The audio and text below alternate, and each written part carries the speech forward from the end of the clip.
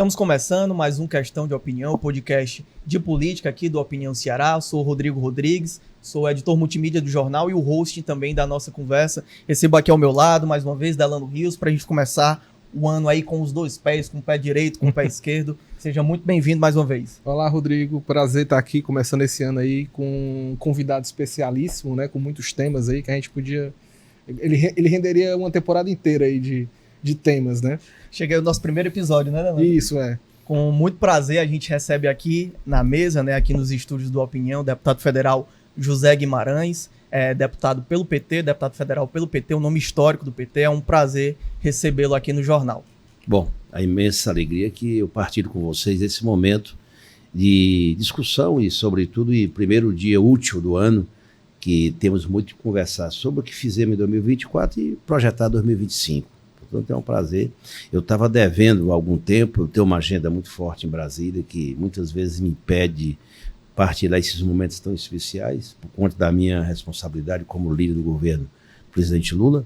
Mas eu tirei hoje à tarde para vir aqui, antes dos meus compromissos no escritório, a gente conversar um pouco. É um prazer enorme falar com vocês, para os nossos internautas, aqueles que vão nos acompanhar nesse podcast. A gente agradece até porque... Vou só fazer uma correção, deputado, falando de 2025 e 2026, né? 2026, tá bom. Tem aí, não esqueça não. Tem uns termos especialistas aí que o senhor tá envolvido aí até a alma. Fazer só uma breve apresentação. José Nobre Guimarães, conhecido, né, como José Guimarães, é advogado e político. Atualmente exerce o seu 5º mandato consecutivo como deputado federal pelo Ceará, né, o líder do governo na Câmara dos Deputados desde 2023 e já foi o líder da bancada do PT também na Câmara Federal em 2013. Lembrando também que é o vice-presidente do partido nacionalmente, né, vice-presidente do PT nacional. Foi o deputado federal mais bem votado pelo PT em 2006, aqui no Ceará, né, reelegeu-se em 2010 e 2014, né, foi o segundo deputado mais votado nacionalmente em 2014 também.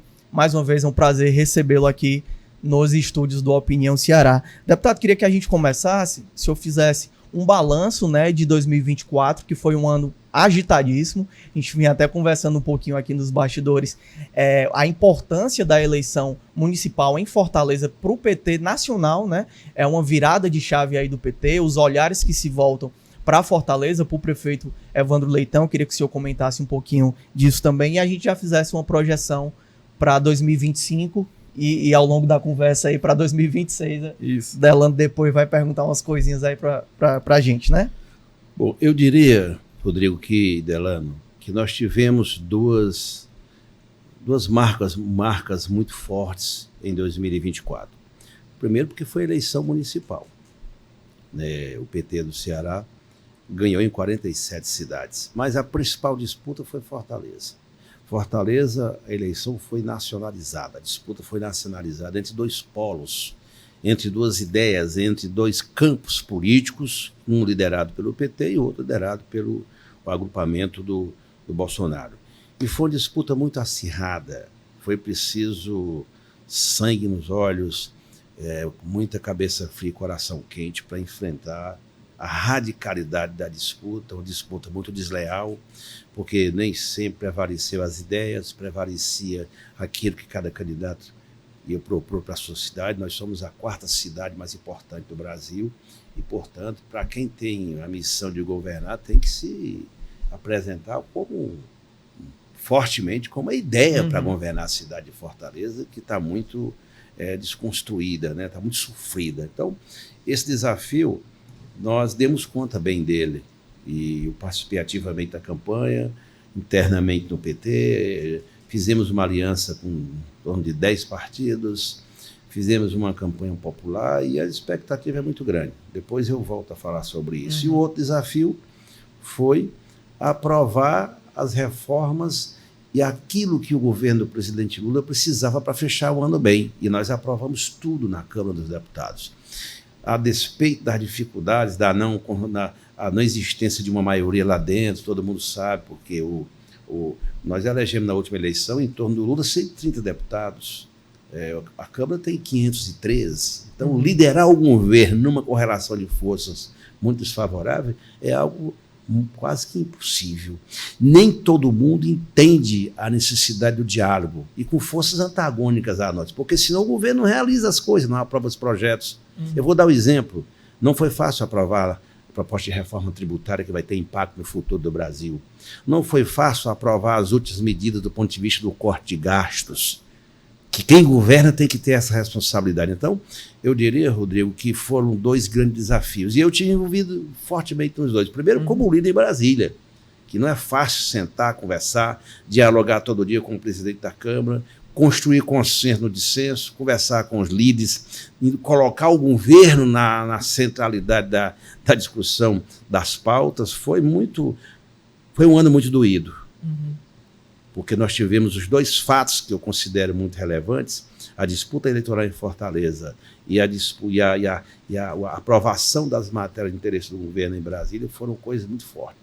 Eu mesmo tinha uma hora, teve assim, uns 2 momentos que eu achava que o teto da Câmara ia cair na minha cabeça, por conta da radicalidade, tanto naquela votação, naquela MP em 2023, da reforma da esplanada, que foi muita tensão, e agora da votação das medidas do ajuste fiscal, as medidas que visavam fazer corte de gastos. Nem sempre as pessoas aceitam, mas para quem governa é sempre um desafio, preservando na essência direitos, mas corrigindo, consolidando paradigmas que são fundamentais para a administração pública, senão você não governa, né? O ato de governar exige muito sacrifício. Então, eu diria que eu me sinto assim, coração tranquilo e com muita... Eu durmo com o sonho dos justos, porque eu fiz por onde o governo do presidente Lula aprovar as reformas que aprovou e nós todos participamos dessa construção política que deu a vitória do Evandro aqui em Fortaleza, que é muito forte por ser a 4ª capital do país e foi uma eleição nacional. Todos os olhos do Brasil, quando o Evandro estava no debate, todo mundo me ligava. Faz isso, faz aquilo, o debate não está bem, assim, assado. Então foi uma coisa, viu, Rodrigo Delano, assim, muito, muito forte. Eu amadureci mais ainda, além da minha experiência de anos e anos no PT, no 5º mandato de deputado federal, mas eu aprendi muito esse ano de 2024. Deputado, você falou dessa questão da experiência, é um tema que eu queria falar. Você tem enfrentado hoje no parlamento, e aí também na seara política de uma forma geral, um movimento muito forte que é antidemocrático, né? Assim, e aí a gente fala de tentativa de golpe de Estado e tudo. O senhor é um político experiente do campo da esquerda. Essa experiência, inclusive, da ditadura militar, que foi esse tempo de exceção que nós vivemos, você tem até uma proximidade, porque o seu irmão foi preso político, enfim, se arriscou ali, perdeu gente, né? Então eu sei que é uma experiência muito próxima, no sentido, inclusive, de uma experiência de dentro de casa, né, digamos assim. Como é que foi para você voltar e liderar o governo após talvez o momento ali mais crítico dessa ameaça democrática, né, que foi quando a gente teve essa gestão do Bolsonaro, depois uma tentativa de golpe de Estado logo após o presidente Lula? Assim, o que é que tinha da sua experiência que era válida para a Câmara, e o que é que você teve que aprender ou inventar uma outra forma de atuar dentro desse campo de gente que quer, enfim, simplesmente abolir o Estado democrático de direito no país? Veja, eu vivi experiências, Delano, muito fortes, desde a minha militância, quando cheguei em Fortaleza, vindo do interior, de uma família de 11 filhos, de um pai agricultor familiar, analfabeto, e uma mãe, minha mãe que hoje está com 99 anos, mora ainda na mesma localidade, no Distrito Encantado, na comunidade chamada Várzea Redonda. Então, ao chegar em Fortaleza, me deparar com o período da ditadura militar, um irmão preso político. Naquela época você não tinha liberdade para nada. Brizola exilado, Arraes exilado, mortes acontecendo nos chamados purões da ditadura. Então foi muito forte, foi muito chocante para mim e, ao mesmo tempo, entrar na Universidade Federal do Ceará como estudante no vestibular que fiz para fazer o curso de Direito, que eu tinha uma ideia de que eu precisava estudar para tirar meus pais da pobreza rural. E eu me dei conta que o problema não era meus pais, é o Brasil, a situação muito grave das pessoas que moravam no campo, e a minha origem foi toda do sertão, do Xeramubim.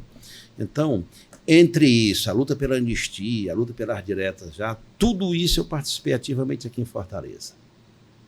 A eleição da Maria Luísa em 1985, eu era meninote, estudante da Universidade Federal do Ceará, tivemos forte atuação, sempre pautado numa coisa que, para mim, eu sustento como âncora da minha militância política. A democracia é inviolável. A democracia é inviolável. Quando nós chegamos, eu só vim ter, Delano, falando sinceramente para vocês, eu só tive dimensão da gravidade da tentativa de golpe depois.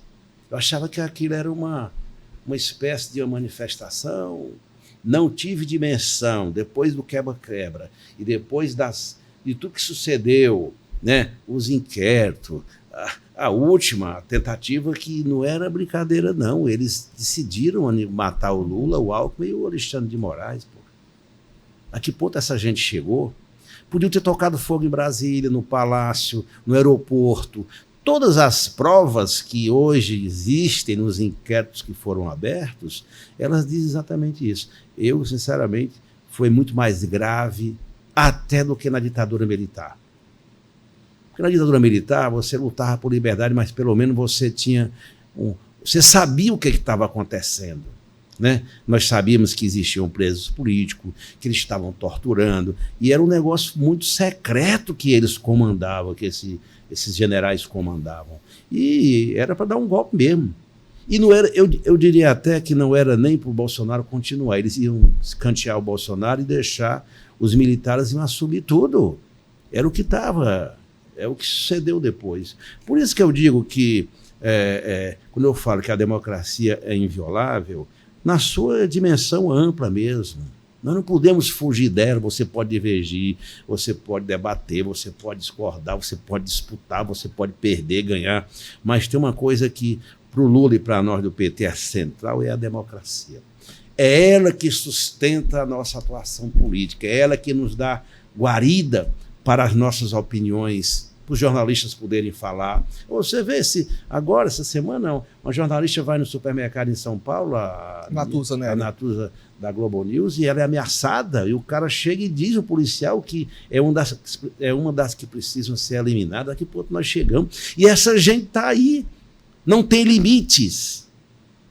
Eu acho, Delano, que para mim foi a coisa mais pesada e mais dura, né? Quantas vezes eles tentaram me agredir? Até porque, por ser expoente do PT nacional, líder do governo, quantas vezes eles tentavam me agredir nos aviões e tudo mais. Portanto, não foi fácil nós do campo progressista da esquerda conviver e superar isso.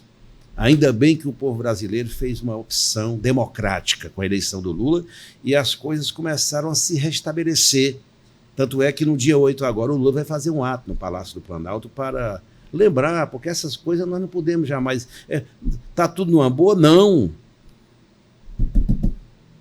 Foi uma violência que fizeram, que tentaram fazer com a democracia brasileira. Deputado, como é que o senhor... Concluir, como é que tem sucedido isso no Congresso para o senhor, deputado? Porque, assim, tem representantes, né, como eu disse, desses grupos antidemocráticos. Eu fico pensando assim, o senhor tem saudade da época do PSDB, que vocês brigavam, mas ninguém... Eu sinto. ninguém queria atirar em vocês, né? Se você olhar passado da Constituinte, da redemocratização do país, a eleição do Tancredo, ainda que pelo colégio eleitoral, depois o Sarney assumindo, e o congresso que nós tínhamos, eu não era deputado, evidentemente, era estudante, mas eu lembro, um congresso que tinha um Genuíno, um Zé Disseu, um Mário Covas, o Fernando Henrique Cardoso, uma Beth Mendes, o mesmo pessoal da direita, o Antônio Carlos Magalhães, da Bahia, eram pessoas civilizadas. Eram gente que defendia a democracia, tinham opiniões, mas não ameaçavam, não agrediam, não ameaçavam atirar, né? Você vê cada coisa, gente, eu não sei como é que... Eu tenho dificuldade de conviver, por exemplo, lá dentro com gente que... Aquela deputada aqui em São Paulo pegou uma arma e saiu atirando no meio da rua na eleição do Bolsonaro. Ou esse cara de Fortaleza, esse vereador que pegou um porco. Gente, isso foge dos padrões mínimos de convivência democrática como sociedade. Porque o Brasil é um país democrático. Eu acho que eu tiro como lição também desse fato, Delano, que para mim ela é marcante. Ninguém ouse mexer com a democracia, porque quando se mexe com ela, há mobilização, porque o país sabe conviver com a democracia. Tem eleição, você escolhe, quando não está gostando, a eleição tira. Então, eu acho que foi um processo que culminou com esse golpe. A queda da Dilma, o impeachment ilegal da Dilma, que aquilo foi uma violência contra a democracia, patrocinada pelo seu Aécio Neves e outras lideranças, parte do judiciário, do Ministério Público, não todo, mas parte. Tudo isso conformou essa violência que vem do impeachment, da prisão ilegítima do Lula e a eleição do Bolsonaro, e agora, não aceitando nada que a democracia permitiu, eles ameaçavam destruir as instituições do Estado Democrático de Direito. Deputado, como é que o senhor vê ainda nesse assunto, esse movimento, né, popular também, mas que está dentro do Congresso, do sem anistia, né? Sem anistia para os presos, né, do 8 de janeiro. Há um movimento também pela anistia dessas pessoas, né, que acabaram depredando, né, o patrimônio público, atentando contra a própria democracia, né? Como é que o senhor vê esse movimento hoje, em nível nacional mesmo, popular, e também desse debate dentro do Congresso, o que a gente pode esperar já para esses próximos meses, né, para o começo desse ano de 2025? Antes de eu responder, eu vi o pessoal batendo aí, tinha um cafezinho, não tinha? Tem um cafezinho ali, daqui a pouco a pessoa toma um cafezinho, pode ser, né? Não vou... Pode, não, um pode ficar à vontade. adoçantezinho pra gente descontrair também. Eu adoro café, viu? Aliás, deixa eu falar uma coisa pra vocês. Se eu amanhecer o dia, antes da pessoa que cuida lá, faz o café, a empregada, fazer o café, eu levanto, eu mesmo faço um cafezinho, porque é o primeiro ato que eu faço quando me levanto, é tomar um cafezinho para esquentar as ideias. Eu falo que é despertar. Eu passo o dia com dor de cabeça, não beber café de manhã. Porque eu passo o dia com dor de cabeça se eu não beber. Não, se eu não beber, eu passo o dia com dor de cabeça. Se eu não beber, eu passo o dia com dor de cabeça. É isso mesmo. Horrível. É horrível. Mas, enfim, vamos lá. Rodrigo, deixa eu falar. Não há espaço para anistia. A Câmara não vai votar isso, porque o espaço está muito oprimido pelos fatos. Quando aconteceu o episódio, a tentativa de golpe no dia 8, depois, se for só aquilo, eles construíram um movimento muito forte para aprovar a PEC da anistia. Mesmo com as nossas manifestações contrárias, eles tentavam, e tinha um certo espaço para isso. E sempre falavam, vamos fazer uma negociação e tal. Mas eu disse uma coisa no início para você, a democracia para mim é inviolável. E quem agride ela, quem tenta matá-la, comete crime. É crime contra a segurança nacional. Por isso que a gente não tergiversou e nem negociou aprovar a tal da anistia. Vieram os fatos subsequentes, as prisões deles, né? Do Cid, do general Braga. A questão tá gravado, eu que estou dizendo, o plano que foi montado para tirar a vida do presidente da República, do vice-presidente e do ministro supremo. Tinha umas coisas absurdas, né? O Alexandre de Moraes queriam explodir ele, era uma coisa assim meio malucas. Então, eu digo, Rodrigo, que o espaço para debater e aprovar isso está muito reduzido. Eu não acredito que em 2025, pelo menos que depender de mim lá, como líder do governo do presidente Lula, eu, e como militante que sou das causas democráticas do Brasil, e a minha militância toda foi defender a democracia, dos bancos da Faculdade de Direito, dos movimentos de mobilização pelo ensino gratuito.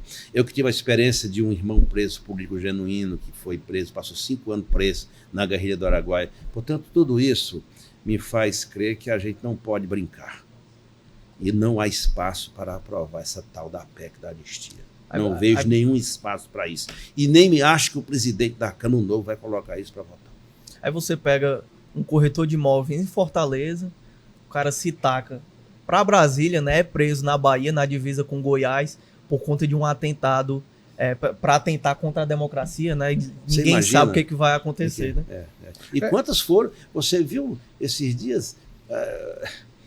Nesse pacote fiscal, que era importante depois de tocar nisso também, que nós votamos o ajuste, foi uma senhora de 70 e tantos anos botar lá uma coroa em frente ao Palácio do Palácio Alvorada para comemorar a morte do Lula.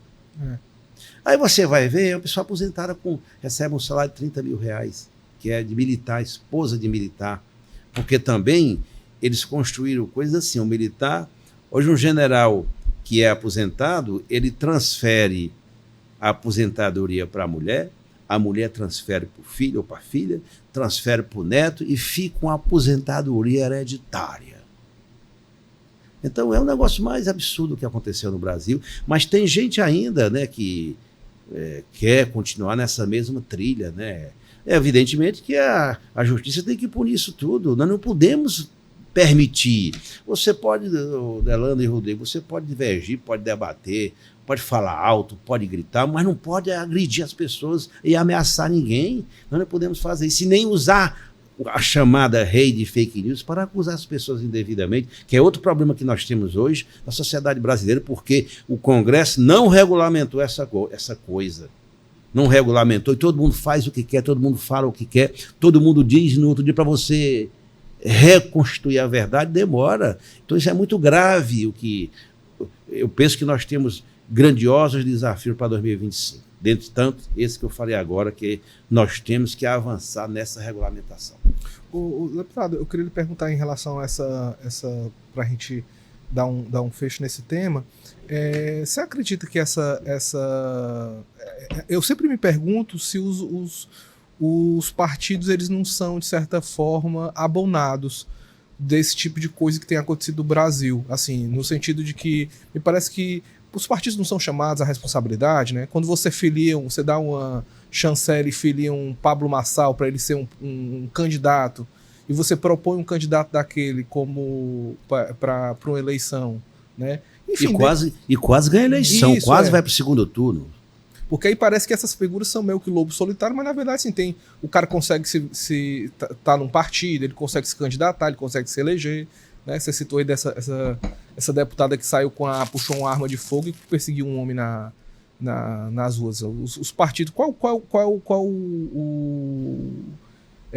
papel e o dever que os partidos têm em relação a isso, né? Qual o peso deles? Olha, eu falo assim, Delano. A responsabilidade é a palavra que eu estava procurando. Veja bem, nós vivemos sob a égide de um Estado democrático de direito, ou deveríamos viver. Nós somos submetidos à Constituição da República Federativa do Brasil, né? E ela é que rege as instituições, o Congresso e os partidos. Acho que os partidos deveriam ser mais rigorosos no ato de filiação, no ato de construção de candidaturas. As pessoas deviam ter mais coerência e, sobretudo, mais compromisso com o programa partidário. Nós deveríamos instituir a fidelidade partidária como causa pétrea. Fidelidade partidária, porque hoje o filiado faz qualquer coisa. Vota em quem quer, não. Tem que ter a fidelidade partidária, para mim, é um princípio basilar da estrutura que um partido deveria ter, até para preservar o seu programa, preservar as suas ideias, os seus ideais, né? Então, eu acho que os partidos deveriam ser mais rigorosos na construção dessa, que para mim é fundamental. Não tem democracia sem partidos fortes, e nem tem partidos funcionantes se não tiver democracia. Mas há muita distorção em todos os campos. Não é só na direita, não. Até na esquerda também tem muitas deformações. Eu sou o primeiro a reconhecer isso, né? Por mais no caso do PT que a gente tem avançado, mas tem muitas questões que precisam ser tratadas, elaboradas, corrigidas, enfim. Me parece que o PT ele entende essa... Aí eu vou classificar aqui como essas brigas internas como uma forma... Né? Essas disputas internas como mais naturais, né? E que fazem parte da democracia também. Como é que o senhor vê e aí já adiantando um pouquinho aqui, Delano, esse processo de renovação do PT, que aí vai incluindo novos quadros, mas também resgata esse histórico do partido. Você tem lideranças há muito tempo sendo lideranças do PT, né? O senhor é uma liderança histórica do partido, nós temos outras figuras como lideranças históricas do partido aqui no Ceará, aqui em Fortaleza também, ao mesmo tempo em que você consegue atrair novos quadros. É o caso do Evandro Leitão, que foi eleito agora recentemente, estava no PDT, foi para o PT e foi eleito prefeito de Fortaleza. Olha, eu vivi uma experiência diferenciada aqui, eu até conversei já isso com o presidente Lula e conversei na direção nacional do PT. Foi a experiência de Fortaleza. Aliás, algumas experiências aqui em Natal, na própria Teresina. O que foi? Nós ampliamos, abrimos o PT para a vinda de novas lideranças, com os devidos cuidados, que você também não pode trazer qualquer um. Você tem que analisar a história da pessoa, como é o caso do Evandro Leitão aqui em Fortaleza. Né? E deu certo. Nós, na última eleição de 2018, 18 foi? 20. Na eleição de 2020, 21, 23, 24, eleição de municipal, o PT elegeu 18 prefeitos. Agora nós elegemos 47. 10 mulheres prefeitas. Portanto, nós tivemos uma experiência. Eu vivi nessa campanha 2 experiências que podem ser referência para o país. Primeiro, nós ampliamos, trouxemos gente nova para o PT. A quantidade de jovens eleitos, alguns eleitos prefeitos e vereadoras pelo Estado. Esse dia eu estava no Hotel Amorão participando da abertura do encontro das candidatas eleitas do PT, vereadoras. A Fátima Bandeira, que aliás foi indicada a secretária das mulheres da gestão do Evandro, estava coordenando 106 mulheres eleitas vereadoras. Gente nova, meninas de 20 e poucos anos, 30 anos. Essa é uma renovação que nós presenciamos aqui no Ceará, que pode ser uma referência para o país. Né? Além de eleger 47 prefeitos, jovens, mulheres. Portanto, essa experiência é muito boa, porque abre o partido, areja. Né? Eu não sou da tese, os do passado saem por novos entrarem, não. Até porque você pode ter jovem que não tem ideia progressista também. Nós estamos cheios de jovens aí com as ideias retrógradas. Né? Não é a idade apenas que define uma renovação, por exemplo, nos atos de filiação do partido. É as ideias também. Eu me filiei no PT, sabe quando? Em 1985, dia 13 de novembro, 2 dias antes da vitória da Maria Luísa aqui em Fortaleza, que foi 15 de novembro. 40 anos daqui a pouco. Exatamente. Eu me filiei ao PT, bem novinho, e desde lá nunca mudei de partido. Porque isso tem esse problema, você tem que... Porque para ter... As pessoas muitas vezes, não quero saber de partido. Mas na hora da discussão de uma matéria, na hora de discutir salário mínimo, um programa para o país, são os partidos que votam. Na hora de uma eleição, quem elege o prefeito? É o partido. Claro que é o povo, mas o partido constrói as bases para uma campanha, como é que nós fizemos com o Evandro aqui em Fortaleza. Eu vejo que essa experiência aqui do Ceará é exitosa e eu acho que essa experiência pode ser boa para o PT nacionalmente. Como é que isso foi colocado na mesa assim, do PT, que eu falo em nível nacional, né? O senhor está cotado, por exemplo, para assumir a presidência do partido em nível nacional, né? É o vice-presidente hoje, mas está cotado para assumir também. A eleição acontece em junho, né deputado? E aí, como é que isso entra na mesa do partido nacionalmente? Nós tivemos no passado experiências que passaram a ser referência para o país. Por exemplo, quando nós governamos a cidade de Porto Alegre, o modelo de gestão de Porto Alegre passou a ser visto como uma referência para o país. Em 2002, quase nós ganhamos uma eleição para governador aqui com o Zé Ayrton, com base de uma experiência de uma pequenininha cidade chamada Icapuí. Não sei se vocês lembram de Icapuí. Lula lá, não sei se você é bem mais jovem do que eu, era Lula lá e Zé Ayrton cá. Com base, o nosso programa de governo era com base nas experiências exitosas de Icapuí, que Quixadá, especialmente pela história dele, vinda de Icapuí. E isso, evidentemente, que marca muito, né? Essas coisas precisam estar na mesa nacional. Quando eu cheguei em Brasília no dia... A eleição foi dia 6, né? Segundo turno? Isso. Foi Sim. ou não? Ou 27? Não. No segundo turno. Foi no domingo, eu não sei bem. 23, acho. Acho que foi 27. Do segundo, o primeiro turno foi logo no começo do mês. Foi dia 6, e o segundo turno foi, acho que foi 27, eu no vou domingo. Só confirmar a data aqui. Aí o que aconteceu, Rodrigo Delano? Nós fomos para a comemoração, que a via da universidade estava simplesmente lotada, e aqui na Oscar Soares também. E aí no outro eu também fiquei comemorando, tomei uma cervejinha. 27. E viajei para Brasília no outro dia, 2 da tarde. Fui direto para a sede nacional do PT para uma reunião de balanço. Quando eu cheguei lá, eu fui aplaudido de pé. Ou seja, é o PT que deu certo. É esse modelo que pode servir de referência para algumas mudanças que o PT precisa fazer nacionalmente. O PT precisa dar uma chacoalhada geral, trazer gente nova, ampliar o seu espectro político, como nós fizemos aqui no Ceará. Mas tudo isso, Rodrigo, acho que está em função da que estamos conversando com o presidente Lula, com a Gleice. Eu não sou dono da minha decisão, não. Hoje eu dependo muito mais do coletivo do que de decisão pessoal minha. Se eu pudesse tomar uma decisão pessoal, não é que eu quero, mas eu iria lá para o Encantado, onde mora minha mãe, passar os dias dela, com ela que está com quase 100 anos, minha mãe, que é um lugar maravilhoso.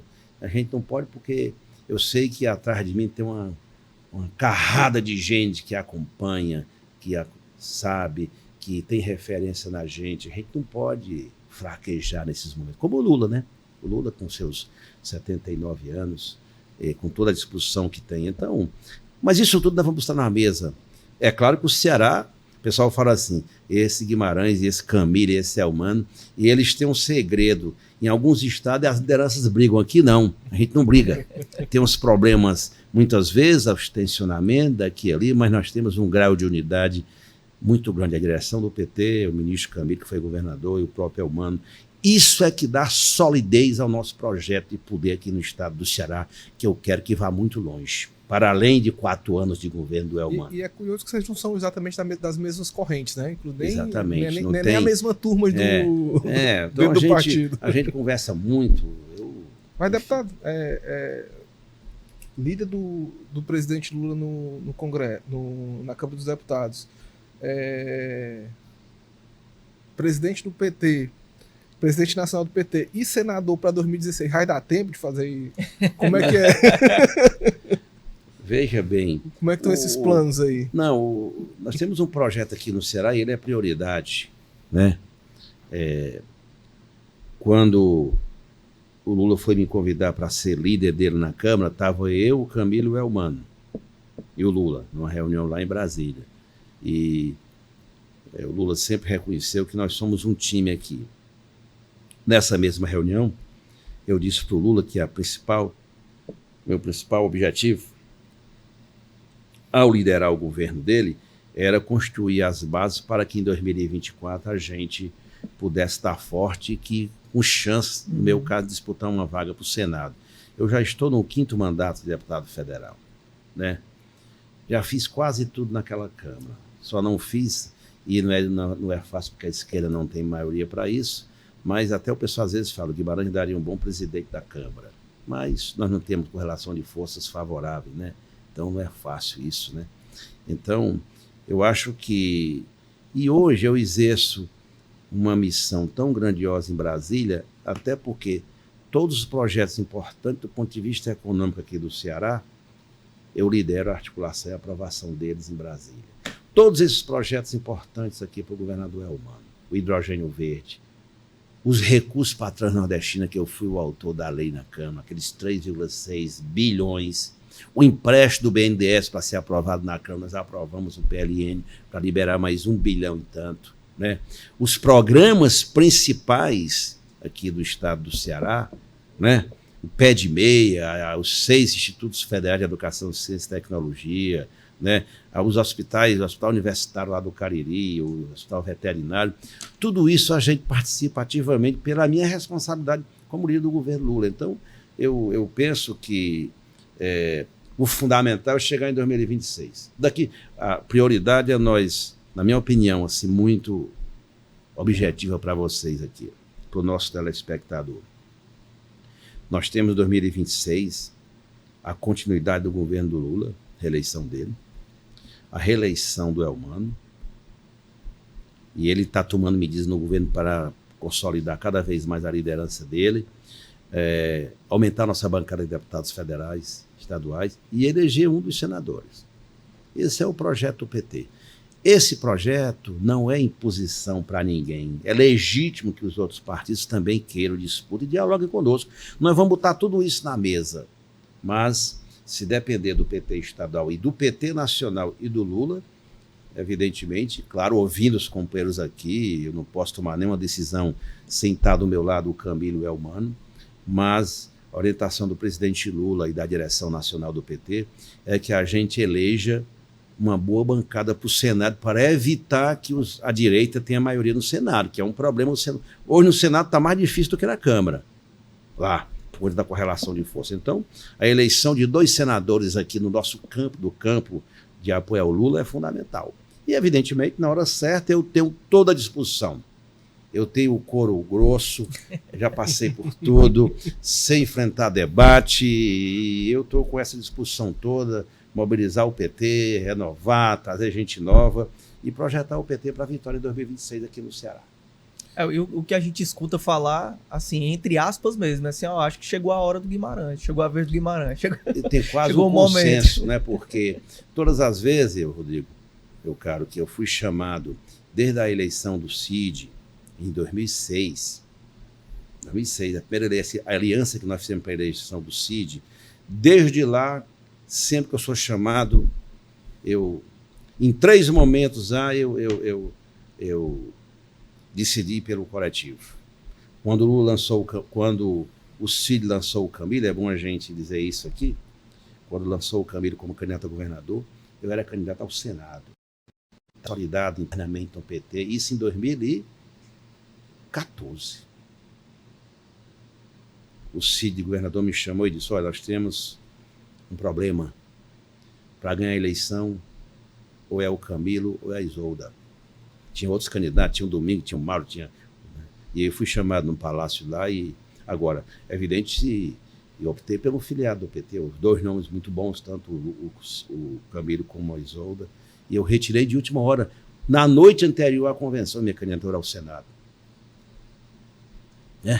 Depois veio a outra eleição, a reeleição do Camilo, também, né? Eu tinha disposição, e fui adiando. E agora eu tinha vários nomes para disputar o governo do Estado. Na eleição última do Elmano tinha eu, tinha a Luiziane, tinha o Fernando. O Camilo me chama e diz: ó, precisamos de você. Eu sempre fui de uma prática mais coletiva. Eu não decido o que eu vou fazer. Sempre é uma constelação de lideranças e militância que indica o caminho a ser trilhado. E eu tenho, Rodrigo, toda a disposição, estou de bem com a política, estou cumprindo minha missão como político e como liderança nacional do PT e do governo Lula. E meu desafio agora qual é? Eu já disse, eu já ajudei muito o Elmano, eu vou ajudar um pouquinho o Evandro agora, né? Para ele poder vencer o desafio de fazer uma grande gestão, que é essa expectativa do povo de Fortaleza. Deixa eu só fazer uma perguntinha rapidinho. O senhor falou das prioridades aí do PT para 2026, né?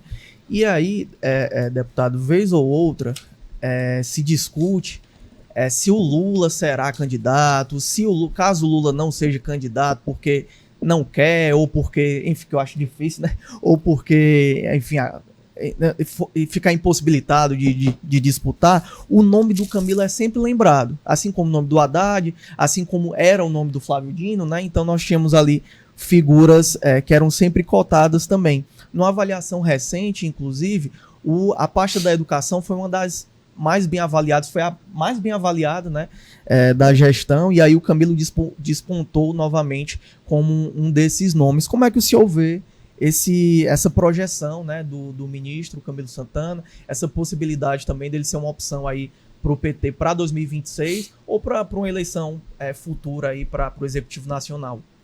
É uma das grandes áreas vitoriosas do nosso governo, a área da educação, liderada pelo Camilo. Portanto, ele é um quadro hoje que está se projetando nacionalmente, dentre de outros nomes que nós temos, como você bem fez referência, no Haddad, no Rui Costa, no Wellington Dias. O Lula fala assim, meus ex-governadores, fala bem do Renan Filho, vários ministros que foram ex-governadores dão conta muito bem do recado. E o Camilo dá conta muito bem do recado com esse desafio de que é fazer a gestão da principal parte do governo, que é a educação. 2026 não tem plano B, na minha opinião, é o Lula. Depois de 2026, aí, evidentemente, que o nome do Camilo está posto. Mas daqui para nós temos um ano para fazermos as entregas do governo Lula, o que nós projetamos em 2023, 2024, e é preparar a reeleição dele.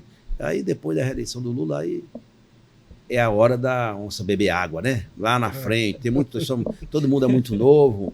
O Camilo é muito novo, tem espaço bem, eu acho que não tenha dúvida que o Camilo será sempre um nome lembrado nacionalmente pelo que ele fez como governador e pelo que ele está fazendo como ministro da Dentro do Educação. PT não existe discussão sobre Não, sobre esse agora ponto. não. O nome todo mundo no PT, o que discute é preparar o governo para a reeleição do Lula. E eu defendo a tese de que nós temos que ampliar a base, trazer todo mundo agora para o governo, esses partidos mais ao centro, pensando em 2026, para construirmos uma mega aliança para garantir a reeleição do Lula. Aí depois se discute. Bacana.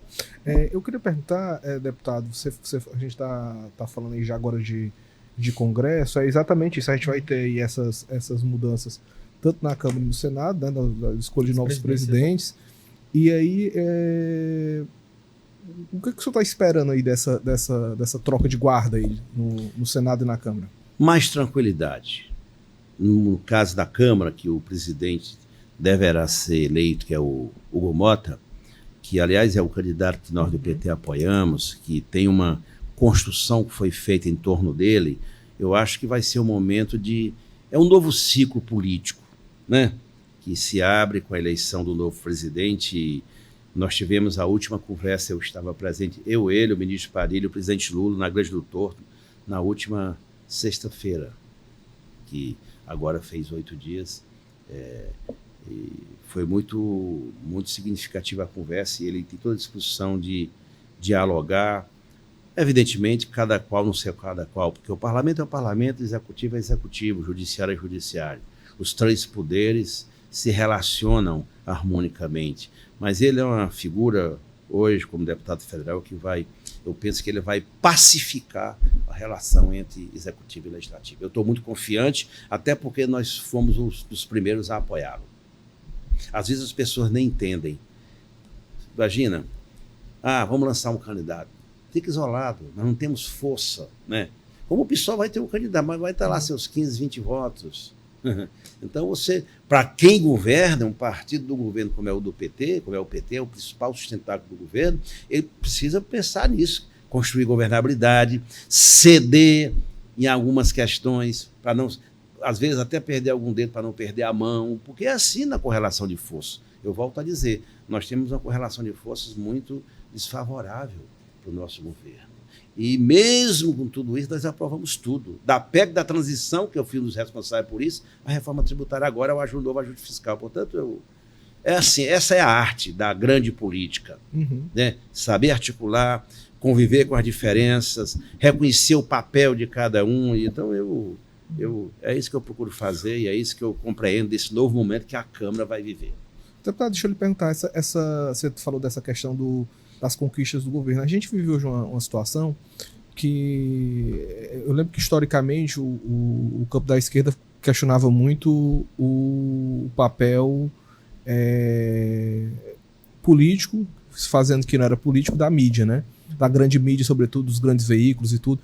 Hoje a gente tem uma mudança, que a gente tem hoje uma coisa pulverizada, essa coisa das redes sociais, que aí você tem esses caminhos de fake news e tudo. Então, assim, muitas vezes um bom projeto para o governo, ele pode não parecer um bom projeto, a depender do que tiver sido feito desse tipo de estratégia e tudo. Como é que tem sido trabalhar, exatamente, pensar as políticas públicas, né? Assim, tentar pensar, ajudar o governo, no caso, seu caso, sobretudo, que você é a liderança, para ele conseguir fazer algumas coisas, algumas políticas sociais e tudo, que não necessariamente elas vão, digamos assim, reverter em votos, porque pode ser que apareça alguém e venda como... Veja bem. Eu vou dar um exemplo, por exemplo, aquele caso lá da taxa lá de taxar as compras internacionais, né, da taxa das blusinhas e tudo, que parecia que era uma... vendeu-se, né? Quem a oposição vendeu como... Ou como agora, por exemplo, nós fizemos um ajuste nos programas sociais. Sim. O BPC, por exemplo, está mantido tudo. E os caras fazem fake news dizendo que nós queríamos acabar com o BPC. Isso é um escândalo político. A perversidade, a maldade, a mentira. Porque o novo dado, Delano, da conjuntura é que no passado nós não tínhamos essa rede de fake news que muitas vezes não vale o fato verdadeiro, é a narrativa que se faz. Estou dando um exemplo disso, né? O governo encaminhou 3 projetos importantes para o país, o Lula fez os ajustes, vetou o que tinha que ser vetado e preservou. Agora, tem uma questão, para poder investigar as fraudes, foi estabelecida a biometria. Qual é o problema da pessoa fazer uma biometria para saber se a pessoa existe? Para ter direito ao benefício? E ninguém quer. E eles trabalham com a mentira como uma narrativa e termina muitas vezes colando. Essa é a perversidade, é a má política, é a política destruidora, que faz da mentira uma prática política recorrente sempre. Porque isso foi uma obra dos bolsonaristas. Eles vivem disso. Eles não estão preocupados em aprovar a matéria no Congresso Nacional. Veja bem, eles votam, esses deputados deles aqui, eles votaram contra o Bolsa Família, contra o reajuste do salário mínimo, contra a Minha Casa e Minha Vida, só para prejudicar o governo, e ficam falando que defende o povo coisa nenhuma. Olha as votações na Câmara. Portanto, essa narrativa mentirosa fez e continua fazendo. E acho que a gente não soube enfrentar isso ainda.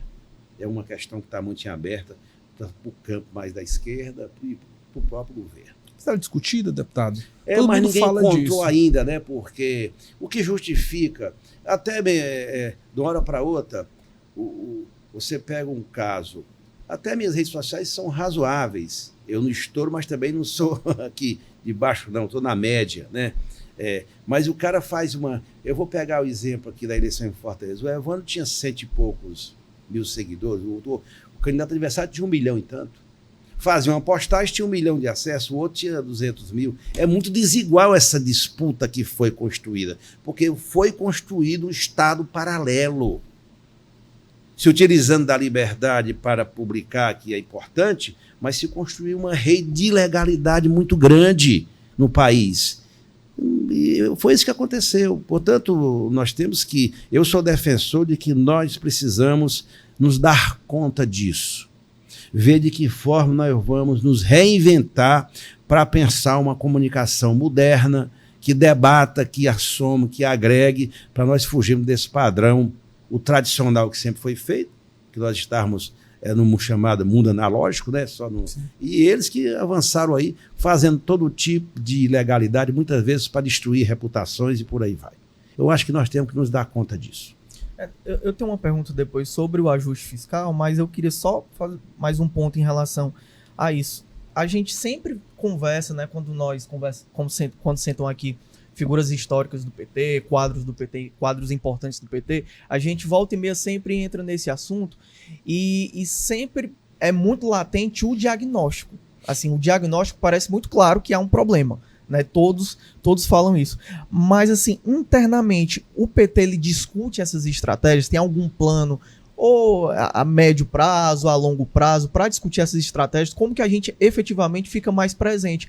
Porque, assim, uma das grandes figuras desse centro-esquerda, dessa esquerda, no Brasil, nacionalmente, é o Boulos. E o Boulos, assim, é usado até como uma referência de comunicação nas redes sociais, que consegue ser mais disruptivo, né? Consegue se aproximar um pouco mais dessa linguagem. E quando você pega o desempenho dele em São Paulo, ele perdeu com muito mais recursos do que nas eleições anteriores, né? Ele teve muito mais recursos, teve o apoio do PT e não conseguiu a eleição ali em São Paulo, né? Então, como é que o PT efetivamente ele torna isso prático, esse discurso prático para a mudança, né? Rodrigo, essa questão é sempre falada internamente nas nossas reuniões, mas ninguém tem uma solução.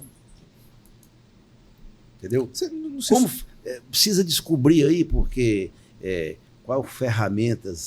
que ferramentas eles usam, né? Não se fala em regulação, por exemplo, das redes, não, o deputado? Eu acho que o Congresso não tem coragem de fazer, porque o mundo da internet não pode ser um mundo sem lei. E hoje é um mundo sem lei. O Flávio Dino fala isso, né? O mundo é um mundo sem lei. Todo mundo faz o que quer. A pessoa diz uma mentira e publica e fim de papo. E até a justiça punir, você entra com um processo por agressão, enfim, né? Danos morais, etc. Aí vai, a pessoa é citada. Eu vou dar um exemplo para vocês. Uma vez eu fui agredido por um bolsonarista há 5 anos atrás, no avião daqui para Brasília. Eu entrei com o processo, prenderam ele, eu desci do avião, mandamos a Polícia Federal, prendeu, e o processo rolou. 3 anos depois foi que ele foi condenado a pagar uma multa de R$10 mil e a prestar serviços comunitários lá em Brasília. Aquele cara que me agrediu no avião, portanto, com mentiras, né? E, portanto, não é fácil. Por isso que eu sou defensor da tese que o Flávio Dino defende também. Nós temos que ter algum tipo de regulação. Regular, acabar com as fake news, não é nada para podar a liberdade de imprensa, de jornalista, vocês não. Pelo contrário, é estabelecer regras de convivência mínima, porque a pessoa diz qualquer mentira e está posta. Não adianta você justificar mais, né? Portanto, eu acho que esse é o caminho. O mundo da internet não é um mundo sem lei. Tem que ter lei, tem que ter lei. Não é para impedir a liberdade, Delane e Rodrigo, de imprensa, não. A opinião tem que ser dada, mas desse jeito que está, não é possível. Nós vamos ter que pensar nisso. Aliás, o Orlando Silva, deputado do PCdoB de São Paulo, foi o relator do projeto de lei que está tramitando. Está dormindo nas gavetas da Câmara e ninguém tem coragem de votar. Mas nós vamos retomar. Para mim é uma pauta. Nós não podemos ir para a eleição de 2026 sem lei nessa área aí, porque senão nós estamos ferrados. Então, assim, está no radar. Está no radar. Pautar esse projeto. Está no radar, sim. Perfeito. Eu queria falar um pouquinho, o deputado, o senhor até começou, né, citando essa pauta, que foi a pauta do final do ano, né, a pauta do final de 2024, que foi justamente o ajuste fiscal. Queria que o senhor falasse um pouquinho como esse projeto ele chega, né, ele é pensado, ele é entregue pelo Haddad, até chegar no Congresso, e aí qual foi o saldo disso? Assim, o senhor acha que o Congresso, ele de algum modo, ele piorou a proposta do Haddad? Qual é o saldo que o senhor acha que saiu no final das contas? Os 3 projetos foram aprovados. Era uma PEC que vinculava o gasto e a receita, fazia um equilíbrio em função do novo regime fiscal que nós aprovamos lá atrás, chamado arcabouço fiscal, né? Estabelecia teto para os supersalários, estabelecia condições que nós não conseguimos aprovar, de reajustar o tipo de reajuste do Fundo Constitucional de Brasília, que não é vinculado à inflação, tem outro tipo de reajuste, nós queríamos botar tudo dentro do arcabouço, isso não foi possível, não conseguimos aprovar. Tinha uma matéria que tratava, um outro projeto de lei que tratava somente dos benefícios sociais, onde eu incluo Bolsa Família, BPC, salário mínimo. Nós resolvemos bem o salário mínimo e, no caso do BPC, por exemplo, nós estabelecemos que, para o bem do programa, porque hoje esse programa, em 2024, ele vai custar à União 106 bilhões de reais para 6 milhões e 500 mil beneficiários. Desses 6,5 milhões, você tem metade deles que são pessoas que estão tendo direito ao benefício por decisões judiciárias de primeiro grau. Porque também nisso tudo foi montada uma rede de advogados para pegar o benefício e muitas vezes até explorar a pessoa que tem direito ao benefício. O que nós estabelecemos? Sem cortar nenhum direito. Os bolsonaristas ficavam me acusando e dizendo que eu estava querendo acabar com o BPC. Até tinha uma vereadora que fez discurso na Câmara sobre isso aqui. Então o que nós fizemos? Não, o programa vai continuar, mas tem que ter o conceito mundial que é da CID, que é o conceito que para a pessoa se enquadrar na deficiência leve, moderada e grave. As 3 modalidades de deficiência foram mantidas pelo presidente Lula. Nós tínhamos aprovado só moderada e grave, o Lula voltou a leve, portanto, os autistas vão ter o direito também. O que precisa ser feito? A biometria. E aquelas famílias que, evidentemente, recebam o benefício, que não pode procurar o local para fazer a sua biometria, evidentemente, a Previdência vai na casa, lá, para pegar, né? Minha mãe, por exemplo, é aposentada rural, aliás, ela é aposentada não é rural. Minha mãe é aposentada como professora municipal do município que era Mobim. Uhum. E o banco, vez ou outra, para ela receber, o cara vai lá do banco para fazer a biometria dela, porque ela não tem mais condição de ir para a cidade para fazer a biometria, ela faz no celular. Dá um trabalhozinho? Dá, mas isso é que garante a lisura do programa. Esse ajuste, portanto, Rodrigo, ele foi importante porque deu um equilíbrio, o governo simplificou o sistema fiscal, estabeleceu regras mais permanentes e perenes, e com a reforma tributária eu acho que nós vamos ter avanço muito significativo. Evidentemente, moralizando os programas. Não é cortar de ninguém, somente moralizar, estabelecendo critérios para que todos tenham direito a receber o benefício de forma digna e não com as malandragens que muitas vezes fazem, que não são os que mais precisam. Eu recebo muitas pessoas autistas. Aliás, historicamente, eu coloco emenda para essas famílias aqui no Ceará. Para esse tipo, algum tipo de programa, porque eu acho que é muito grave, que precisa de assistência. As prefeituras nem sempre dão assistência. Portanto, foram 3 projetos, Rodrigo, que foram aprovados, importantes para o país, nesse esforço que estamos fazendo de equilibrar as contas entre receita e despesa. Porque senão nós não chega onde nós queremos chegar. Deputado, a gente está falando já dessa questão das contas, a gente está falando de dinheiro, né? Do dinheiro que o Estado tem para manter seus programas, manter honrar seus compromissos com a população, assim. Eu vou lhe perguntar, assim, aí são uma pergunta dupla, assim. Primeiro, em relação à eleição do presidente Lula, e outra agora com a reeleição do Evandro. Vocês tinham uma noção do tamanho do buraco, digamos assim? Não. Assim, quando o Lula se lançou a candidatura, ele tinha, o PT tinha uma projeção do tamanho do prejuízo que ia encontrar, e aí, no caso, agora pensando também no Evandro, se ele tinha em relação a essa gestão do Sarto.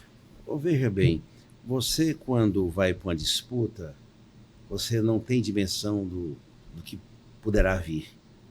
No caso, uma vitória, tanto a vitória do Lula como agora a vitória do Evandro aqui em Fortaleza. Baixar a poeira, sentar na cadeira, trabalhar muito e vencer o desafio. Porque você que está de fora, nunca você tem dimensão do tamanho do buraco, né? Quando você chega, que começa a ver o tamanho, né? Mas eu acho que o Evandro está muito bem intencionado, ele dedicado, porque você tem que querer, você tem que ter dedicação 100%, focar. Eu acho que ele vai fazer um grande governo. E ele vai precisar do governo federal, né? Muito. Já teve 2 vezes com o Lula. Tem dito todo dia para mim, eu preciso de você em Brasília, e eu vou ajudar muito o Evandro aqui em Fortaleza. Deputado, a gente já está caminhando aqui para o final. No finalzinho, já estou me aperreando aqui. Mas antes eu queria que o senhor fez uma avaliação agora, uma projeção do Evandro, né? Eu queria que o senhor fizesse uma avaliação também dessas mudanças recentes no secretariado do Elmano e a projeção para 25, porque ele mexeu em áreas estratégicas, né? Voltou o Chagas Vieira, retomou o Chagas Vieira, que é um sonho do começo da gestão, né? Foi convidado no começo da gestão e ele trouxe essas mudanças em áreas significativas também do governo, né? O que o senhor espera desse 2025 aí para essa segunda parte do governo do Elmano? Eu acho assim, foram mudanças necessárias, eu penso que deu uma boa reformulação da composição do governo, consolidou mais a aliança, né? E isso tem reflexo em 2026, com certeza. 2025, por exemplo, vai fazer as entregas. Tem muita coisa planejada, isso vale para o Elmano como vale para o Lula. Tem muita coisa programada, entregar as coisas que foi prometido, as obras, e preparar a reeleição dele em 2026. Eu acho que essas medidas que ele tomou na reforma do secretariado, evidentemente, quem governa é que tem que sacar onde é que mexe. É claro que ele deve ter feito, provavelmente, uma avaliação das principais áreas, fez mudança, mudou 14 secretários. Então, acho que deu uma renovada, e é sempre bom a gente renovar na política, e eu aposto que o Elmano vai chegar muito bem e forte para disputar 2026. Perfeito. Nós temos aqui um quadro final, deputado, que é qual a sua opinião sobre o nome do quadro. Aí a ideia, a gente vai colocar aqui algumas imagens com ou figuras políticas ou alguma temática específica para o senhor comentar rapidinho o que aparecer aí na tela, tá bom? Vamos lá, produção. Presidente Lula, né? Minha referência nacional. Sem ele, nós não seríamos o que somos. Direto, viu? Certeiro. O ex-presidente, Jair Bolsonaro. Eu tenho repugnância. Não gosto do tipo, não gosto. Pela cara que o senhor fez no comecinho, a expressão já deu a cara muitas vezes expressa bem. Vamos lá para a sequência. Camilo Santana, ministro da Educação. Um grande líder no Ceará e no Brasil. Vamos lá. Próximo. Arthur Lira. Foi um aliado necessário na Câmara, no meu caso como líder do governo, para destravar as pautas de interesse do governo e do país. O Hugo Mota, o novo presidente, o senhor já até falou, Já né? falei. Como é que vai ser? Renovação do PT, a temática, né? Como é que o senhor vê essa situação hoje? Necessária e urgente. Nós temos que agregar pessoas novas, trazer gente nova e eleger uma nova direção que dê conta do desafio de que é preparar o partido para vencer as eleições, sobretudo reeleição do Lula, eleger número de senadores para o Senado e é prioridade e a bancada federal. São as 3 prioridades. O Senado, claro que é uma grande casa, mas é a primeira figura assim, de peso que vem e fala especificamente do Senado Federal. Né? Olha, a importância... O Senado, vocês... É um drama aquele ali, viu? Porque virou um palco da oposição de busca de interditar as ações do governo. Hoje o Senado está mais difícil do que a Câmara. E nós precisamos mudar a correlação de forças lá dentro. Por isso que eu defendo, nós temos que eleger vários senadores aqui no Nordeste. 2 no Ceará, 2 no Piauí, 2 na Bahia, pelo menos 2 no Pernambuco, em Sergipe. Nós temos que fazer, estamos fazendo já o mapeamento porque é necessário para o país. Deputado, queria agradecer a sua participação aqui no podcast. Tenho certeza que aí vai ser um ano carregado de coisas novas, né, de projetos, né, de debates e de diálogos importantes. Já estendo o convite também para a gente sentar aqui na mesa numa próxima oportunidade, conversar mais um pouquinho, estar sempre fazendo essa avaliação e essa prestação de contas com a população também. Então, em nome de todo o jornal, agradeço a sua participação aqui e fico com o convite para uma próxima oportunidade. Agradeço demais também ao deputado aqui pela fala e tudo, né? E, enfim, pela aula, inclusive a aula de história aí da atuação política, sobretudo do campo da esquerda aqui durante esse período. Muitíssimo obrigado a vocês dois, aos nossos ouvintes e aqueles que até aqueles que eventualmente vão me criticar, mas eu respeito muito. Como eu disse, a democracia para mim ela ancora tudo, né? Para mim é tudo. Portanto, eu agradeço. Gostei muito do papo com vocês dois. Maravilha. A crítica faz parte, né? Claro. Faz parte. Obrigado também, Delano, pela parceria. Rodrigo. A gente segue juntos aí também. Vamos lá. Te agradecer também pela oportunidade, né, de ter nos acompanhado até aqui. É sempre bacana a gente compartilhar conversas, né, reflexões com pessoas de peso, com pessoas importantes na política nacional, na política cearense, de um modo geral, que interfere na sua vida, na nossa vida, na vida de todo mundo, né? Aproveito, te convido a nos seguir nas redes sociais. Estamos no Instagram, estamos no Facebook, no TikTok. Então, se você ainda não segue, fica o convite, né? Nós temos todas as informações sempre detalhadas da política local, da política nacional. Então, corre lá. Se você ainda não acompanha aqui o Opinião no YouTube, basta se inscrever. Você não paga nada, né? Aproveita, compartilha, comenta, para a gente construir essa rede de comunicação juntos também. É sempre importante. Então, um abraço, valeu pela parceria. A gente segue juntos aqui e até a próxima.